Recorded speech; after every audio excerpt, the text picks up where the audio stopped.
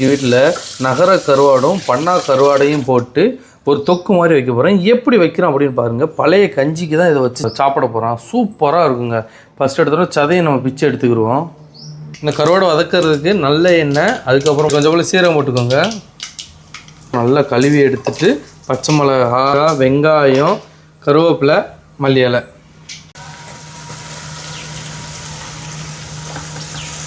அவ்வளோதான். வெங்காயத்தை போட்டாச்சு. வெங்காயத்தை போட்டு நல்லா வதக்கிற வேண்டியதான்.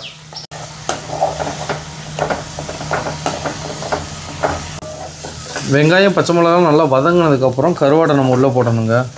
நல்லா க்ளீன் பண்ணி எடுத்துக்கோங்க. அந்த கருவாடை தான் உள்ளே போடணும்.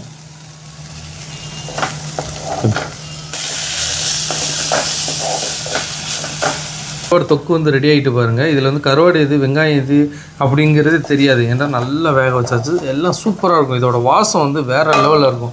பக்கத்து இந்த காற்று எங்கிட்ட அடிக்கோ அந்த ஒரு குறிப்பிட்ட தூரம் வரைக்கும் இந்த வாசம் போகும். எங்கேயோ கண்டுபிடிச்சிருவாங்க எங்கேயோ அவங்க வந்து கருவாடு வந்து சமைக்கிறாங்க அப்படின்ட்டு.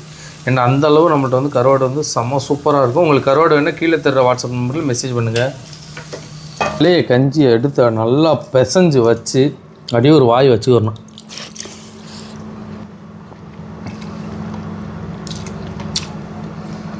அது கூட வெங்காயம், பச்சை மிளகா,